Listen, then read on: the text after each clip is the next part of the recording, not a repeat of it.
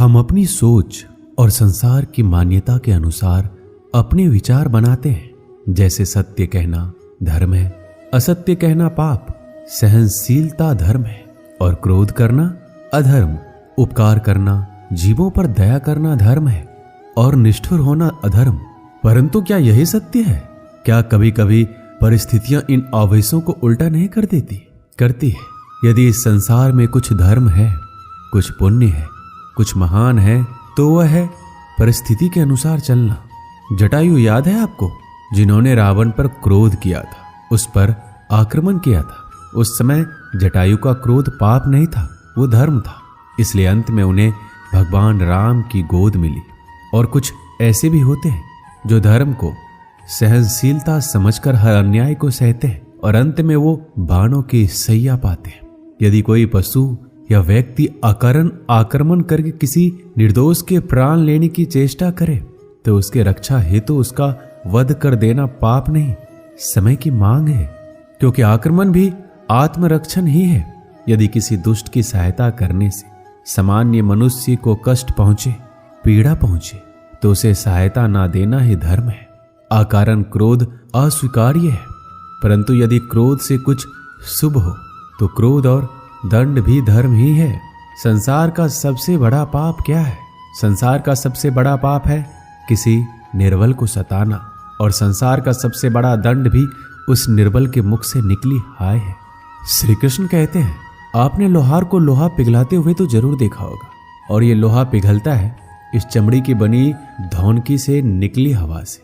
जरा आप सोचिए, एक मृत पशुओं की खाल से बनी धौनकी इतने कठोर लोहे को भस्म कर सकती है। ठीक उसी प्रकार आप चाहे जितने भी शक्तिशाली क्यों ना हो, यदि आपने किसी निर्दोष, किसी निर्बल को सताया तो उसके मन से निकली हाय और उसका श्राप आपके जीवन को भस्म कर सकता है।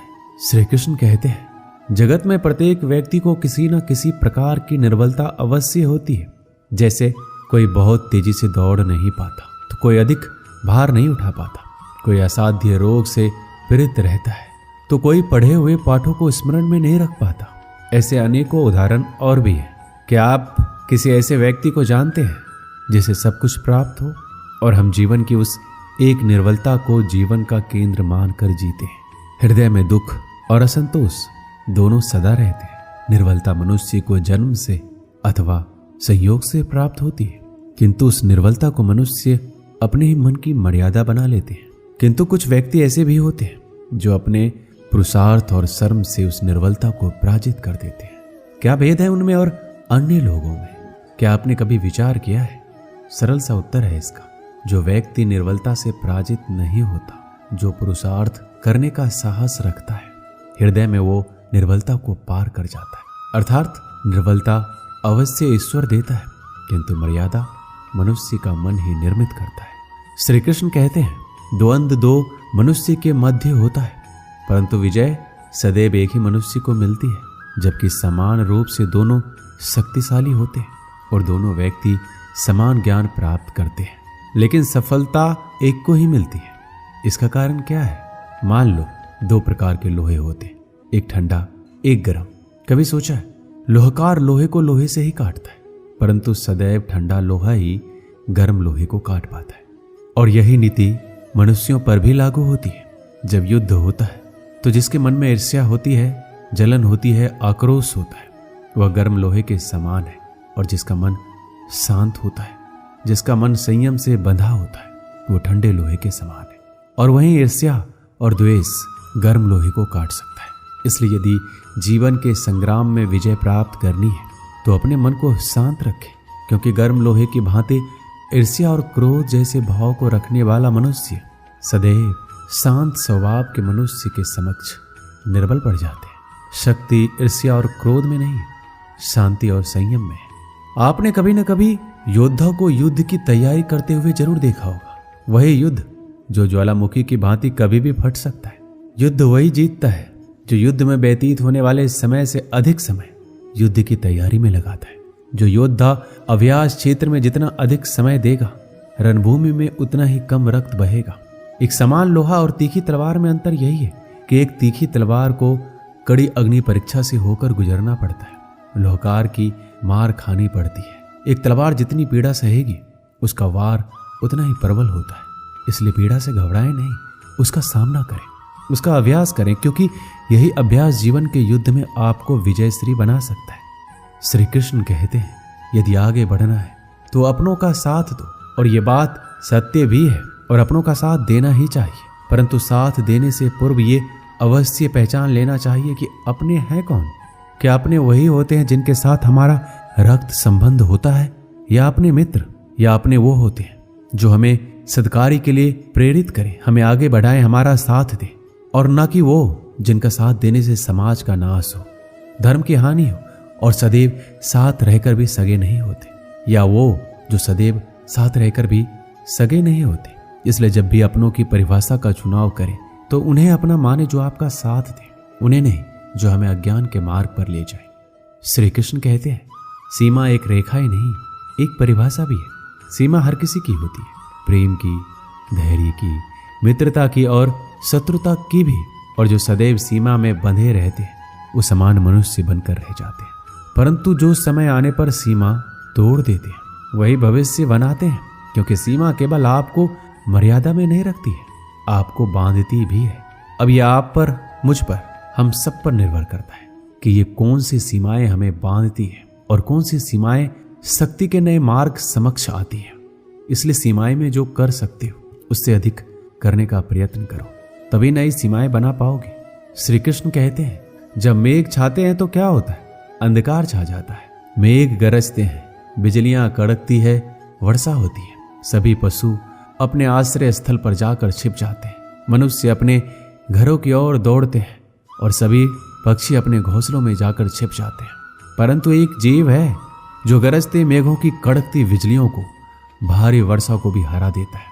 वो जीव है बाज, क्योंकि वो समस्या की जड़ों से ऊपर उड़ता है। वो गरजते मेघों से, कड़कती बिजलियों से, भारी वर्षा से ऊपर उड़ता है। इनमें यही अंतर है हारने वालों में और जीतने वालों में। ये युद्ध हार और जीत का नहीं, समस्या और सोच का है। यदि आपने सोच को छोटी रखी तो समस्या बड़ी हो जाएगी, और यदि आपने सोच को बड़ी रखी तो समस्या छोटी। श्री कृष्ण कहते हैं, भाग्य क्या है, जो आपने किया उसे भोगना भाग्य है, या जो आपके पूर्वजों ने किया उसका फल भाग्य है?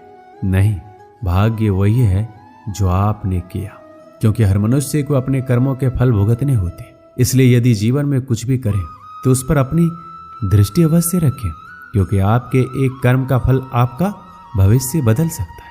हम वही बनते हैं जो हम चुनते हैं, क्योंकि वही हमारा भाग्य बनता है।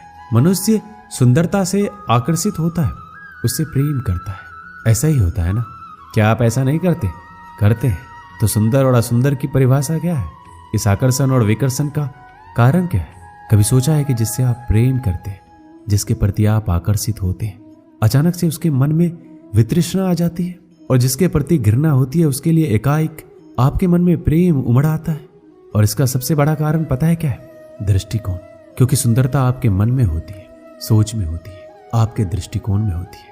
इसलिए किसी को कीचड़ में खिला हुआ कमल सुंदर लगता है, और किसी को निर्मल चंद्रमा में भी कलंक का धब्बा दिख जाता है। यदि आपको सुंदरता अनुभव करनी है तो हर पल आनंद में रहना है, तो आप अपने दृष्टिकोण को सुंदर बनाएं, और अपने आप सब कुछ सुंदर बन जाएगा।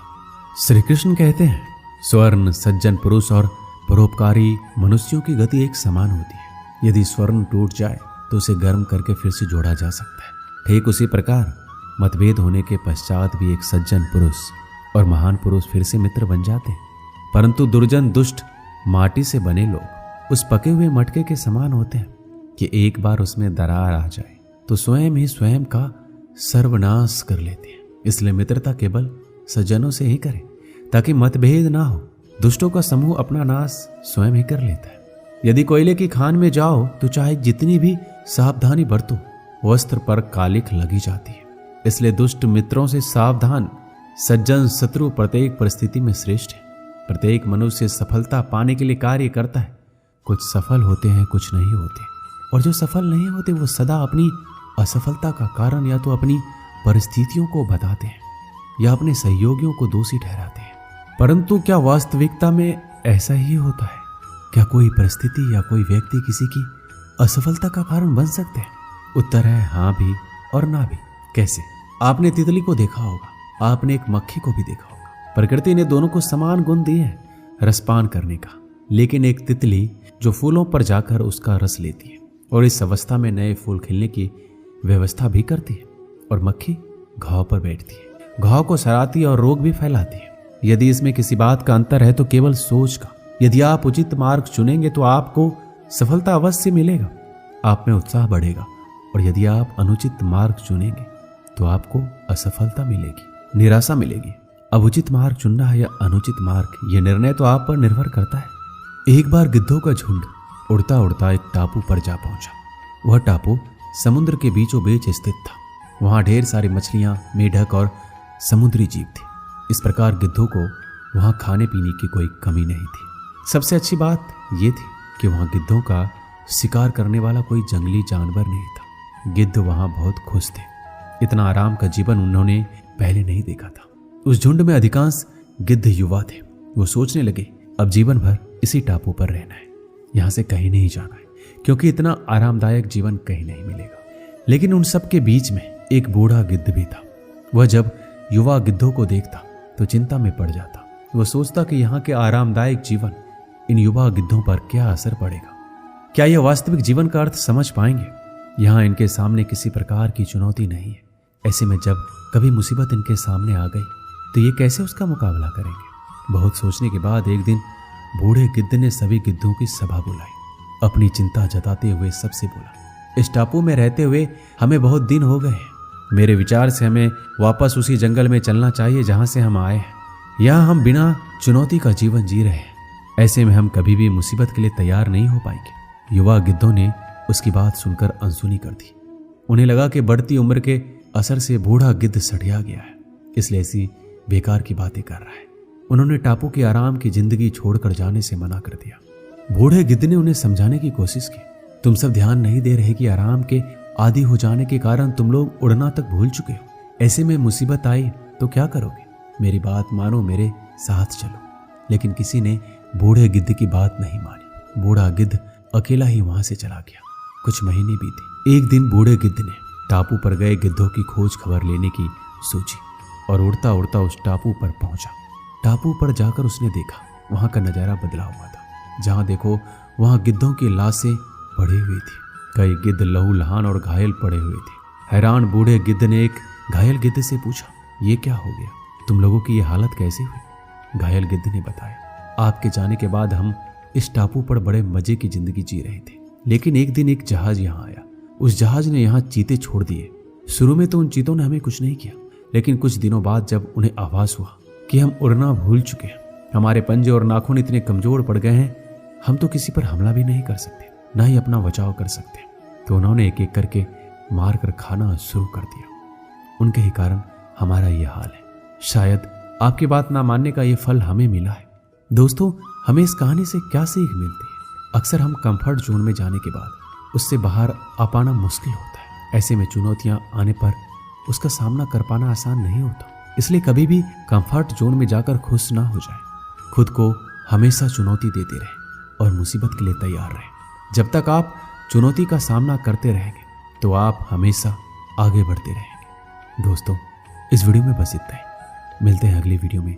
अपना ख्याल रखिएगा। जय श्री कृष्ण।